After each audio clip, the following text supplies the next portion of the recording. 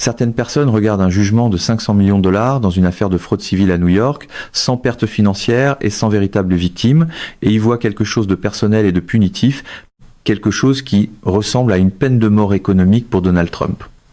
Moi, je ne vois rien qui justifie un tel montant. Et la crédibilité de la division d'appel dépend, en fin de compte, de la façon dont elle agit là, dessus. Quand un chiffre devient aussi énorme, la conférence de presse commence souvent à ressembler moins à une analyse juridique qu'à une négociation d'otages télévisée avec le capitalisme. Bon, Trump a récupéré son argent, mais il a gardé l'étiquette de fraude. Je vais le redire, parce que je veux que ça tombe juste. La Cour d'appel de New York a annulé la pénalité de près de 500 millions de dollars imposée par le juge Engoron. Disparu. L'énorme condamnation financière qui augmentait de 87 502 dollars par jour en intérêt, qui avait dépassé les 500 millions de dollars, qui avait provoqué la crise de cautionnement où 33 compagnies d'assurance ont dit non, et où les avocats de Trump ont déposé des documents décrivant des difficultés insurmontables. Cette pénalité a disparu, du moins pour l'instant. Et Trump est immédiatement allé sur trousse sociale pour appeler ça une victoire totale. Voyons donc. C'est le truc habituel. Perdre sur le fond, s'emparer du micro et déclarer que l'éclairage est excellent. Voici ce que disait aussi cette même décision qui a éliminé la pénalité. Trump a commis une fraude. Le constat de fraude est maintenu. La Cour a confirmé que Trump et ses entreprises se sont livrés pendant des années à une fraude civile en gonflant la valeur de leurs actifs et en mentant aux prêteurs et aux assureurs pour obtenir de meilleures conditions. Une autre cour confirme donc la fraude, ainsi que les restrictions sur la capacité de Trump à agir comme dirigeant d'entreprise à New York pendant des années. Celle-là reste aussi, et les autres mesures non monétaires conçues pour s'attaquer à la culture d'entreprise de la Trump Organization. Celle-là reste aussi. L'argent a bougé, mais l'étiquette est restée vissée à la porte comme une plaque embarrassante qu'aucune opération de rebranding ne peut faire briller. L'équipe de Trump a déposé des documents pour obtenir une suspension ou un allègement de ce jugement astronomique et de l'obligation de payer d'ici lundi. L'équipe de défense a présenté à la Cour d'appel tous les arguments dont elle avait besoin. D'abord, l'État permet que des exceptions soient accordées. Les tribunaux ont déjà accordé ces exceptions dans le passé, y compris dans des dossiers d'une gravité ou d'un montant bien moindre que celui-ci. Il parle des chances de succès en appel. Il passe en revue toutes sortes de problèmes liés au calcul et à la comptabilité du juge Engoron. Et finalement, ils invoquent le 8e amendement. Et le fait que ce montant d'amende, ce montant de pénalité imposé par un État est astronomiquement plus élevé que n'importe quel calcul qu'on peut avancer pour démontrer des dommages réels ici, alors qu'il n'y a factuellement aucun dommage réel. Donc, je pense qu'il existe des motifs très solides pour que la Cour d'appel accorde un allègement. Et je pense qu'elle doit le faire. Quand l'argument passe de « il ne s'est rien passé » à la facture rétro-théâtrale, le scénario a déjà changé, même si le sourire au pupitre, lui, n'a pas bougé. Le bureau de la procureure générale de New York l'a parfaitement résumé. Ils ont dit être satisfaits que le jugement pour fraude et les mesures injonctives aient été maintenus. Et ils ont précisé que encore un autre tribunal a déterminé que le président a enfreint la loi et que notre cause est valide. Encore un autre tribunal a déterminé que le président a enfreint la loi. Vous êtes sérieux? Trump est là dehors à appeler ça une victoire totale. Et le tribunal qui lui a rendu son argent a simultanément dit au monde, une fois de plus, qu'il est un fraudeur. C'est ça, l'humiliation. Pas la perte de l'argent.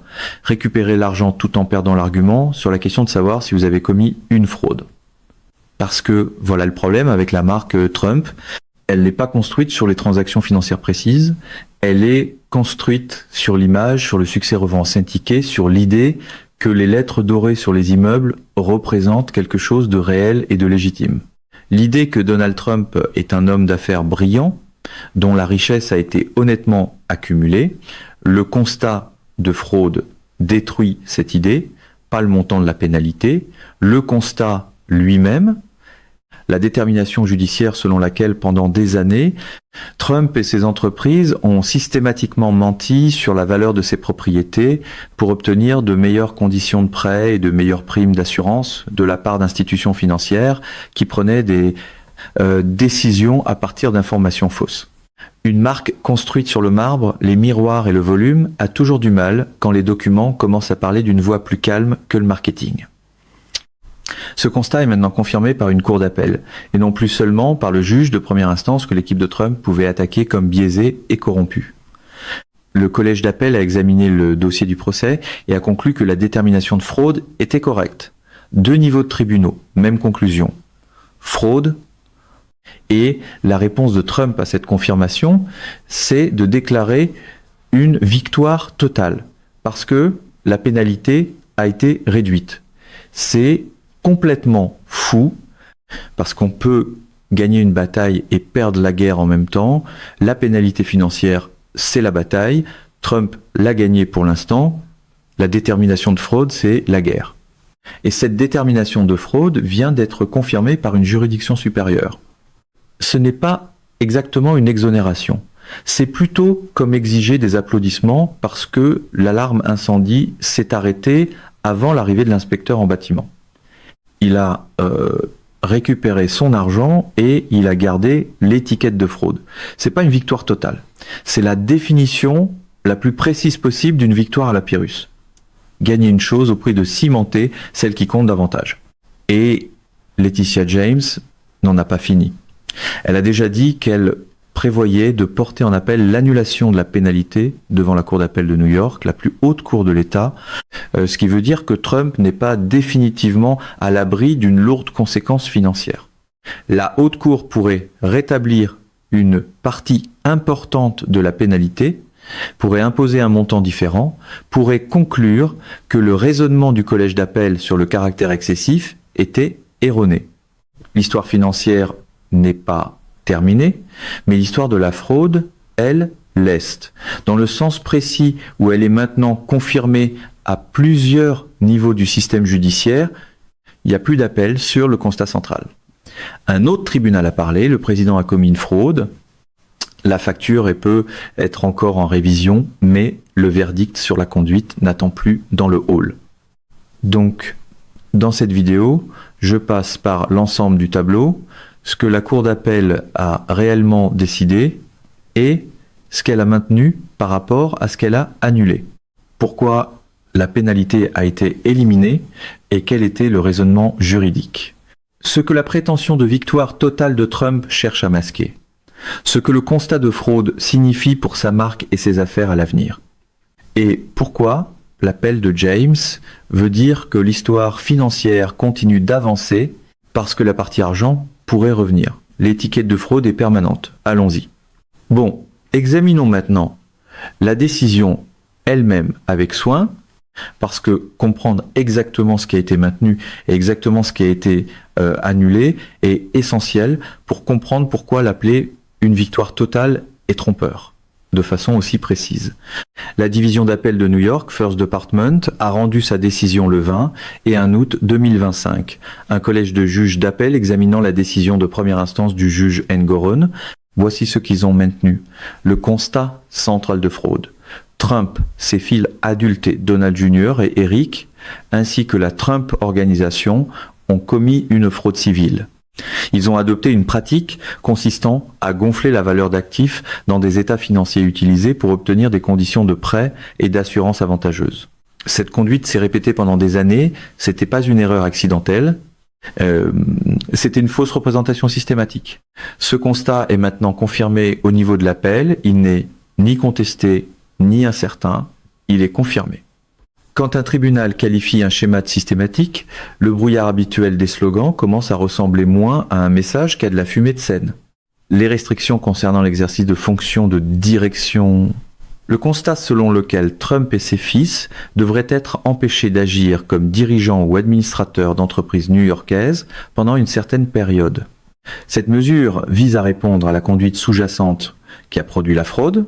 Si la fraude s'est produite en raison de la façon dont ces personnes précises ont exercé le contrôle de l'entreprise, leur retirer la capacité d'exercer ce contrôle à New York constitue une réponse proportionnée.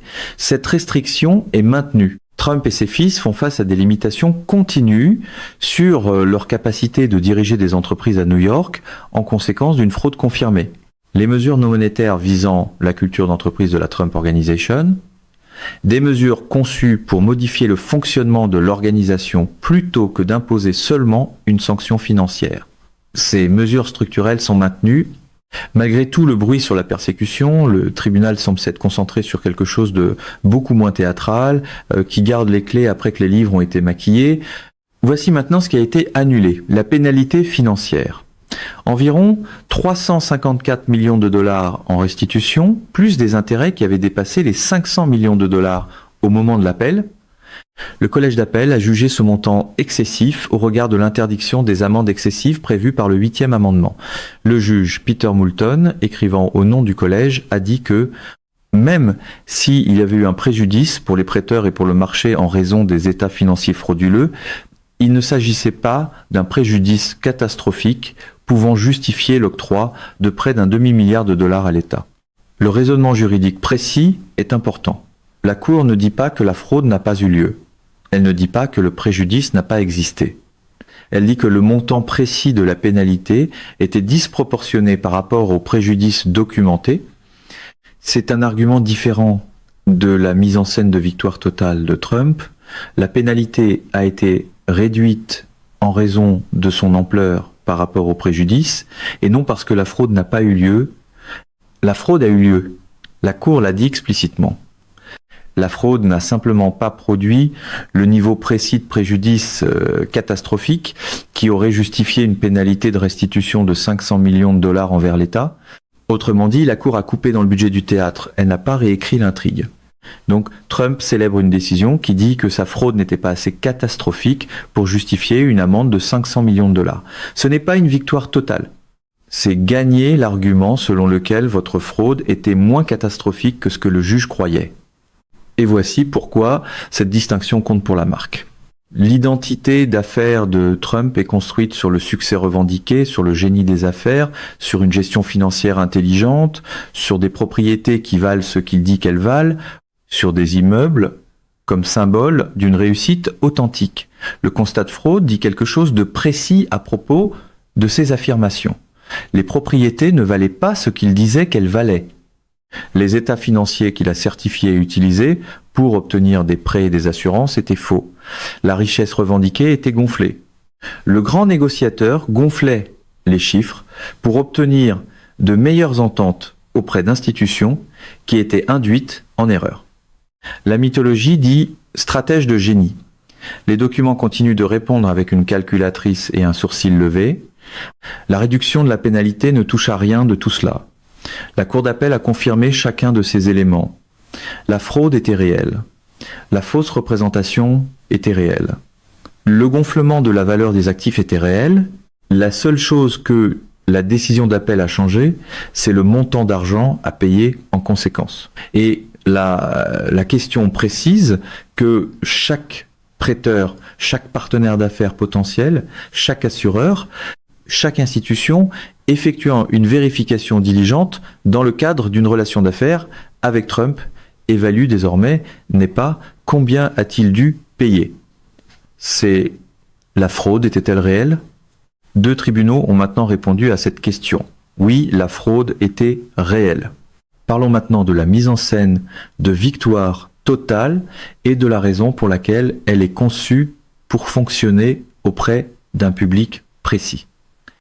Les partisans de Trump ne suivent pas les détails de la décision d'appel. Ils suivent son résumé. Et son résumé, c'est « j'ai gagné, l'amende de 500 millions de dollars a été annulée, victoire totale ». Pour ce public, la distinction juridique précise entre une pénalité réduite et une fraude confirmée n'est pas quelque chose qu'ils suivent. Le récit de la victoire s'impose. L'humiliation de voir la fraude confirmée par une cour d'appel se perd. C'est la méthode en miniature. Tourner la caméra vers les confettis et espérer que personne ne lise l'ordonnance du tribunal derrière le pupitre. C'est complètement fou parce que l'efficacité politique de la mise en scène de victoire totale dépend entièrement du fait que votre public ne lise pas plus loin que le titre. Du fait qu'il ne sache pas que la même décision qui a éliminé la pénalité a aussi confirmé la fraude. Du fait qu'il entende les tribunaux ont annulé l'amende de 500 millions de dollars, sans entendre les tribunaux ont aussi confirmé que Trump a commis une fraude pendant des années. L'écran partagé entre Trump en train de célébrer et la décision écrite confirmant la fraude, voilà l'humiliation. Pas seulement pour Trump, mais aussi pour le public qui accepte le récit de victoire totale sans examiner ce que la décision disait réellement. Parlons maintenant de la raison pour laquelle l'histoire n'est pas terminée, parce que l'appel de James compte énormément. Elle porte la question de la pénalité devant la Cour d'appel de New York, la plus haute cour de l'État, en lui demandant d'infirmer la conclusion du collège d'appel selon laquelle la pénalité était excessive. La Cour d'appel de New York pourrait faire plusieurs choses. Elle pourrait rétablir la pénalité initiale d'Engoron. Elle pourrait conclure qu'une pénalité plus faible, mais tout de même importante, est appropriée. Elle pourrait maintenir la décision du collège d'appel selon laquelle la pénalité était excessive. Elle pourrait élaborer une norme différente pour déterminer ce que devrait être la pénalité. La célébration est donc peut être encore sous bail de courte durée, ce qui est gênant quand l'image de marque insiste sur une permanence en marbre. Toute issue qui rétablirait une pénalité financière importante contre Trump rouvrirait immédiatement la question du cautionnement, la question des compagnies d'assurance, les 33 refus, les difficultés insurmontables, le fait que Laetitia James regarde le 40 Wall Street tous les jours. L'histoire financière est en mouvement sur le plan juridique. Trump bénéficie d'un soulagement financier pour l'instant. L'appel pourrait lui retirer ce soulagement. Mais l'histoire de la fraude, elle, est stable. Elle a été confirmée à plusieurs niveaux du système judiciaire. Aucun appel n'annule le constat selon lequel Trump a commis une fraude civile.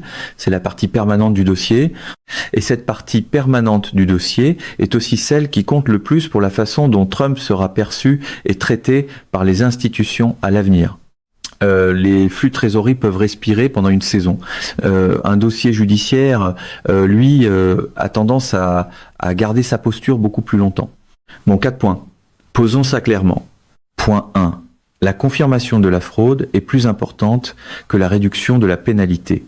Voici la hiérarchie précise d'importance dans cette décision que la mise en scène de victoire totale de Trump renverse. La pénalité est un chiffre, un montant en dollars financièrement important, mais qui reste au bout du compte une conséquence transactionnelle, payée ou non payée, dont le montant est négocié ou réduit dans le cadre d'un appel ou d'un règlement. Le constat de fraude est une détermination, une conclusion judiciaire selon laquelle la conduite a eu lieu, que les états financiers étaient faux et que la fausse représentation était intentionnelle et systématique. Les déterminations survivent aux transactions. La pénalité peut monter, peut descendre, peut être réglée, peut être payée au fil du temps. Le constat de fraude, lui, fait partie du dossier permanent. Il n'expire pas. Il ne se négocie pas. C'est ce que plusieurs tribunaux ont établi. Trump célèbre la transaction. La détermination de fraude est l'histoire la plus importante. Voilà tout le déséquilibre. L'argumentaire de vente continue de faire campagne en rafale de 30 secondes, pendant que le dossier judiciaire reste là avec la patience de la pierre. Point 2. Encore un autre tribunal est la formule la plus puissante de la procureure générale. Voici pourquoi la formulation précise de la procureure générale en réponse à la décision est si importante. Elle a dit « Encore un autre tribunal a déterminé que le président a enfreint la loi.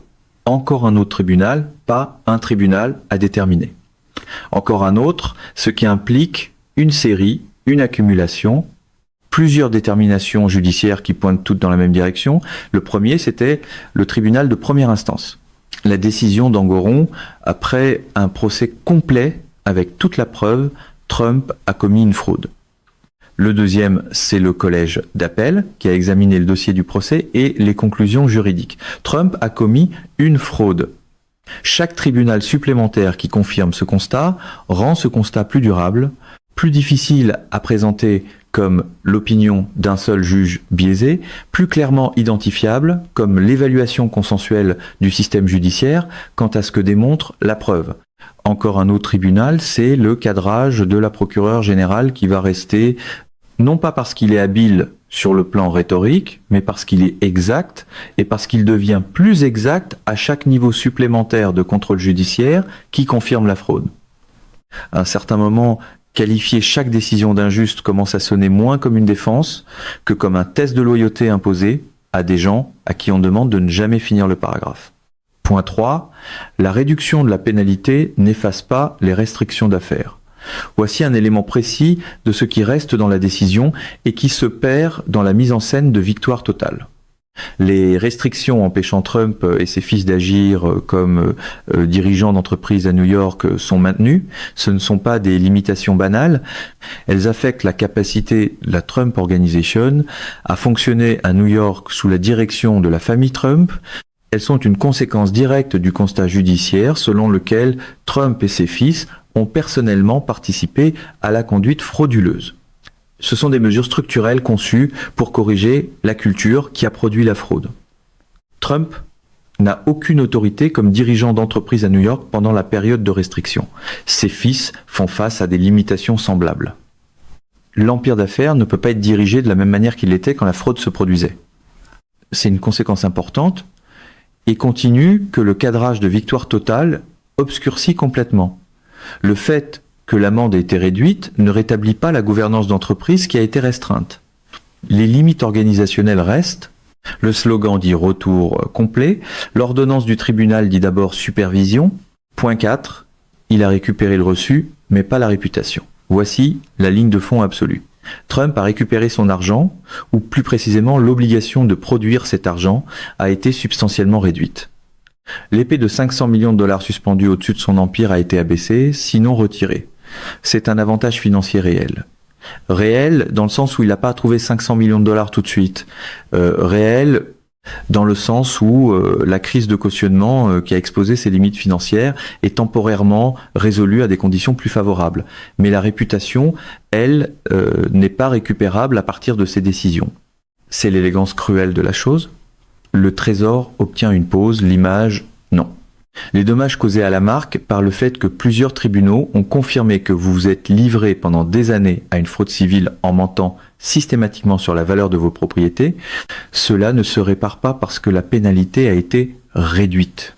Chaque banque, chaque partenaire d'affaires potentiel, chaque assureur, chaque institution qui effectue une vérification diligente dans le cadre d'une relation d'affaires avec Trump dispose maintenant de la même information. Plusieurs tribunaux ont confirmé la fraude, confirmé le gonflement de la valeur des propriétés dans les états financiers, confirmé la fausse représentation aux prêteurs et aux assureurs. Les lettres dorées sur les immeubles disent toujours Trump. Les dossiers judiciaires disent toujours fraude. Les garnitures dorées ont toujours été excellentes pour attraper la lumière. Elles sont beaucoup moins efficaces contre une trace écrite. Il a déclaré une victoire totale, les dossiers judiciaires disent autre chose et les dossiers judiciaires sont permanents. La publication de victoire totale sur Truth Social ne l'est pas. Laetitia James interjette appel. L'histoire financière se dirige vers la cour d'appel de New York. La pénalité pourrait revenir sous une forme ou une autre, mais l'histoire de la fraude est déjà rendue là où elle va rester. Un autre tribunal l'a confirmé. Et un autre tribunal va la confirmer après ça. Voilà l'humiliation qu'aucune publication de victoire totale ne peut effacer. Il a récupéré son argent, il a gardé l'étiquette de fraude, et c'est l'étiquette qui dure. La publication va disparaître du fil. Le dossier, lui, ne disparaîtra pas. Dans la prochaine vidéo, je vais réunir tous les fils de toute cette série.